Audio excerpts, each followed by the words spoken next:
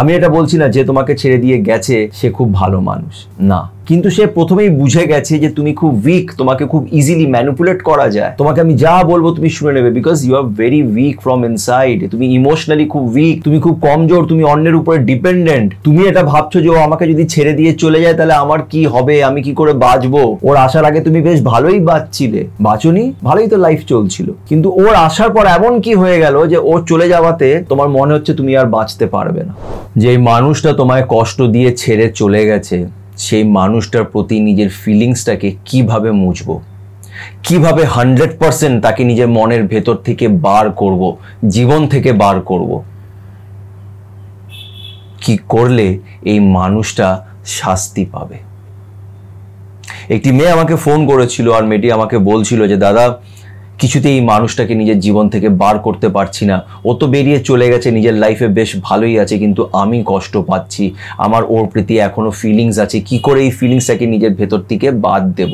আমি ওর জন্য সব কিছু করেছি, কিন্তু তা সত্ত্বেও ওকে ফিরিয়ে আনতে পারলাম না, আমি চাই ও শাস্তি পাক।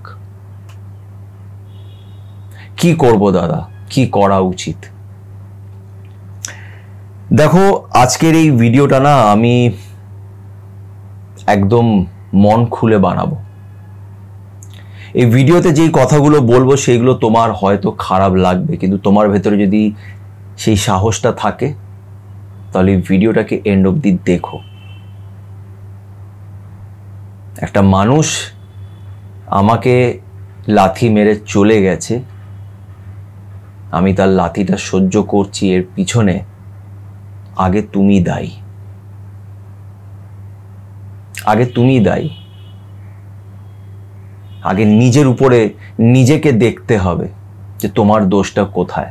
কেউ তোমাকে ততদিন অবধি হারাতে পারবে না, ততক্ষণ হারাতে পারবে না যতক্ষণ না তুমি নিজে হারতে চাইবে। আজকের ভিডিওটা খুব ইম্পর্টেন্ট, তাই এই ভিডিওটাকে এন্ড অবধি দেখো। আমি 3টে পয়েন্ট আজকে বলবো যেটাকে ফলো করে তুমি এই ফিলিংস থেকে, এই কষ্টকর ফিলিংস থেকে বেরোতে পারবে। কিন্তু তার জন্যে এই ভিডিওটাকে মনের ভেতরে সাহস রেখে, গাটস রেখে এই ভিডিওটাকে এন্ড অবধি দেখতে হবে।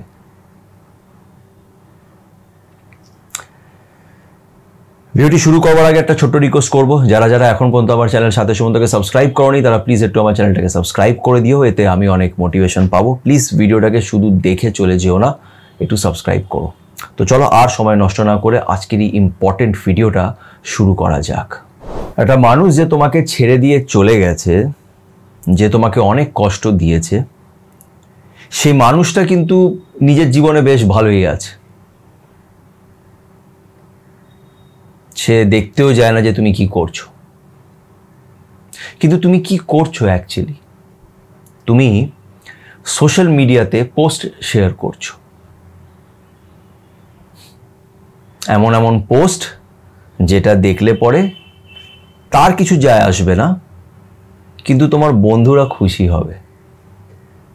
সো কল্ড বন্ধুরা, যারা শুধু নামের বন্ধু, তারা দেখবে, তারা ভাববে যে ও নিশ্চয়ই ব্রেকআপ হয়েছে, কষ্ট হয়ে আছে, ভালো, খুব তো লাফাচ্ছিলিস, দেখ ব্রেকআপ হয়ে গেল তো।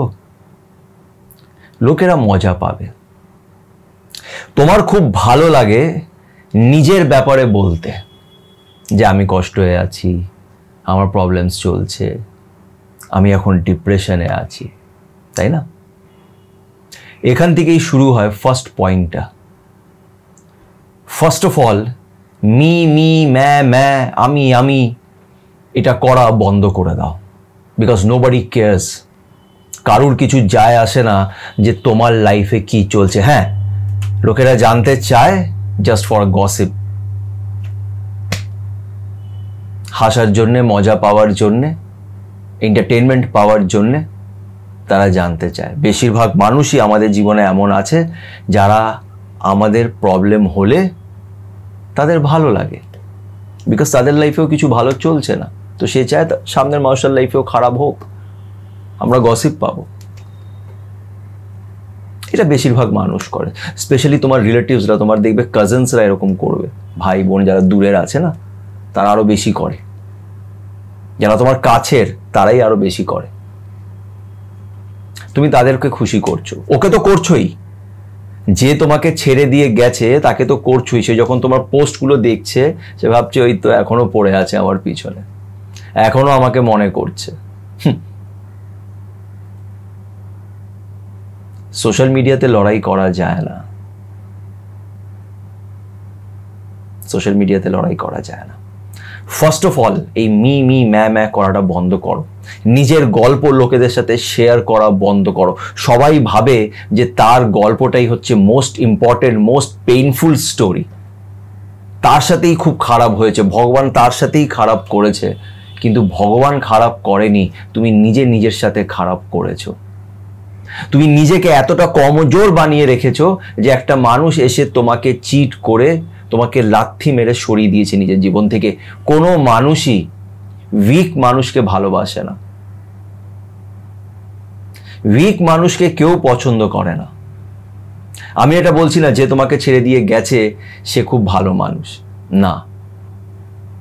কিন্তু সে প্রথমেই বুঝে গেছে যে তুমি খুব উইক, তোমাকে খুব ইজিলি ম্যানিপুলেট করা যায়। তোমাকে আমি যা বলবো তুমি শুনে নেবে, because you are very weak from inside. তুমি ইমোশনালি খুব উইক, তুমি খুব কমজোর, তুমি অন্যের উপরে ডিপেন্ডেন্ট।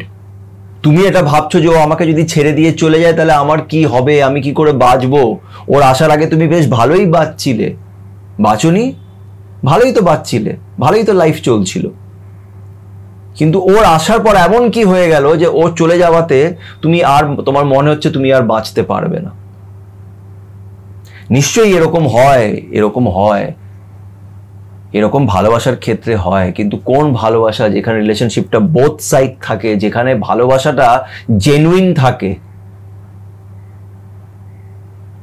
যে তোমাকে অবহেলা করে ডিসরেসপেক্ট করে চলে গেছে সে তোমাকে সত্যি কখনোই ভালোবেসেছিল তোমার মনে হয়? এই জন্য আর কেউ না, তুমি নিজে দোষী। তুমি নিজে ওকে এতটা স্কোপ দিয়েছো যার ফলে ও তোমার সাথে আজকে এরকম করেছে। এটার জন্য তুমি নিজে দায়ী। তুমি আজ ভাবছো আমি খুব ডিপ্রেস আছি, ভাল লাগে না মাঝে মাঝে ওই ইমোশনাল গান শুনতে, স্যাড সং শুনতে, স্ট্যাটাস দিতে। এতে না কারুর লস নেই, এতে তোমারই লস। নিজের ব্যাপারে বলা এবার ছাড়ো। বলতে হলে নিজেকে বলো যে তুমি কি করছো, নিজের ভেতরে ঢুকে দেখো যে তুমি কি করছো, তুমি কার জন্য নিজের সময়টা নষ্ট করছো।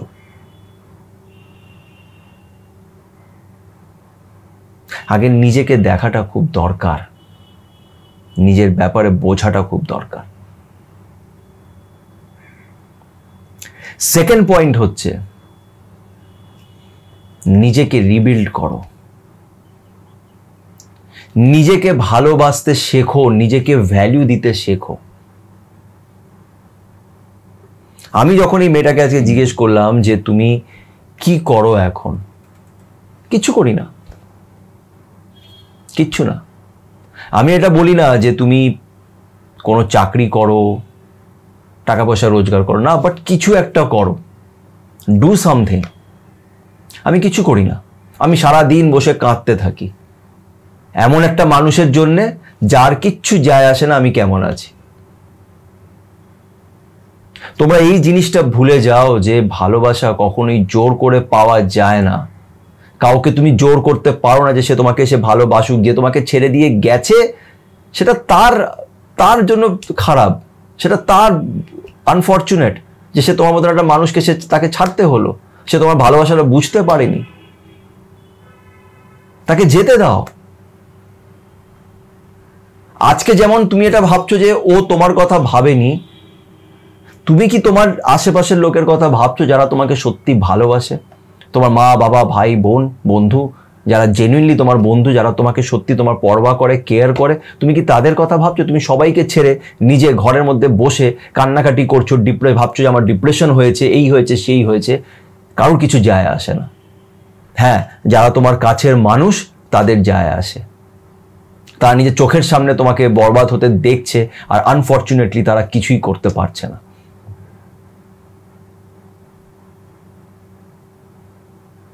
নিজেকে তৈরি করো, নিজের উপরে ফোকাস করো, যেটা প্রথমেই বললাম যে কেউ না উইক মানুষকে পছন্দ করে না, কমজোর মানুষকে কেউ পছন্দ করে না।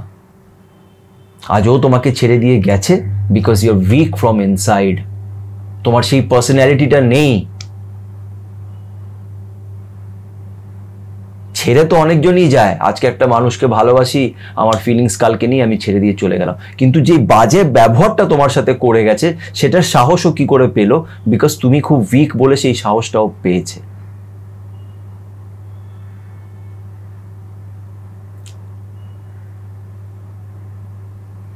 আর 3 নম্বর পয়েন্ট আমি বলবো সেটা হচ্ছে কিপ সাইলেন্স। শান্ত থাকো।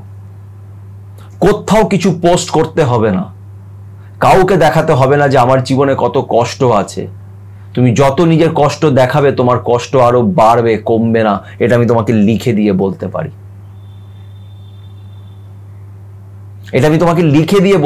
লোকেদের এটা অভ্যেস হয়ে গেছে যে ব্রেকআপ হয়ে গেছে সেটা কেঁদে কেঁদে কেঁদে কেঁদে সোশ্যাল মিডিয়ার থ্রু, বন্ধুদের থ্রু বলে বেড়ানো যে আমার এটা হয়েছে, এটা হয়েছে, সেটা হয়েছে, আমি কষ্ট হয়ে আছি, আমার এই প্রবলেম চলছে, আমি ডিপ্রেশনে আছি, আমাকে সাইকিয়াট্রিস্ট দেখাতে হবে।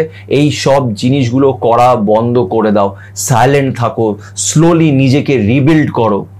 এই প্রত্যেকটা পয়েন্ট একে অপরের সাথে ইন্টার রিলেটেড। নিজেকে রিবিল্ড করো। মি করা ছেড়ে দিয়ে নিজেকে ভালোবাসো, জাস্ট নিজেকে ভালোবাসো, কাউকে দেখাতে হবে না। লাইফটা অনেকটা বাকি আছে এখনো।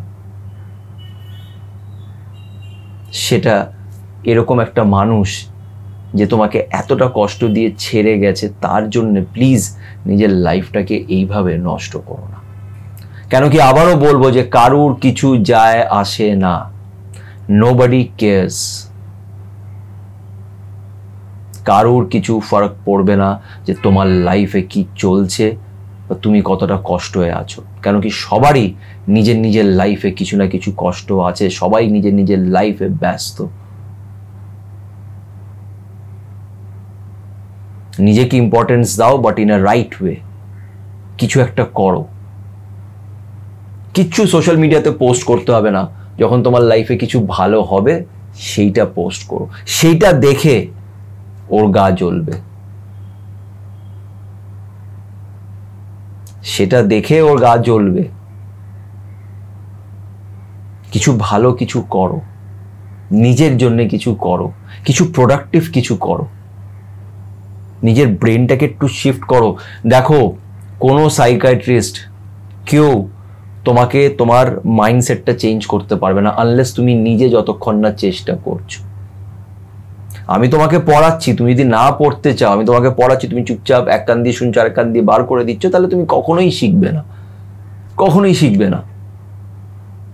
যদি শিখতে হয় তাহলে তোমাকে নিজে সেই চেষ্টাটা করতে হবে। নিজের ব্রেনটাকে বোঝাতে হবে যে ওই মানুষটা তোমাকে ডিজার্ভ করে না।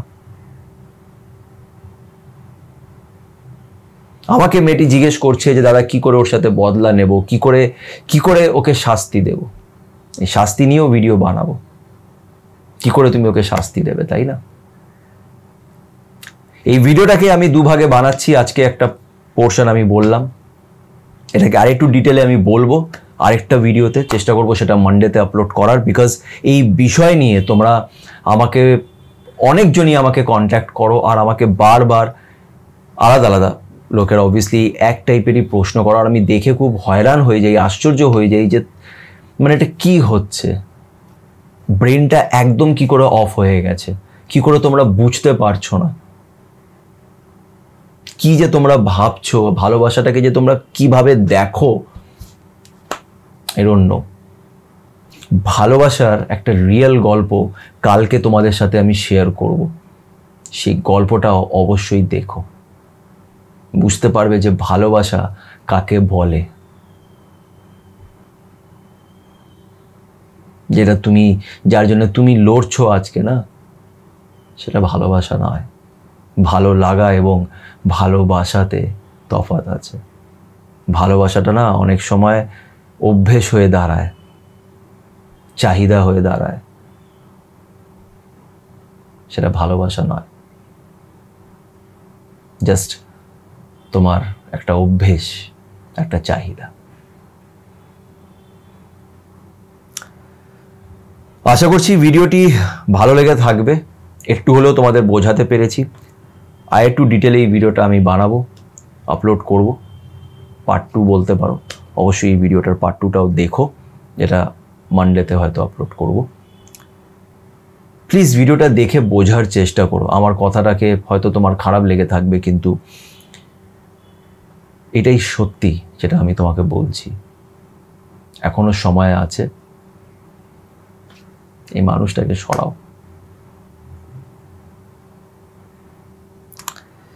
যদি ভিডিওটি ভালো লেগে থাকে তো প্লিজ একটু লাইক করো, আর আমার চ্যানেল সাথে সুমন্তকে অবশ্যই সাবস্ক্রাইব করো। সবাই পজিটিভ থেকো, ভালো থেকো, বি স্ট্রং।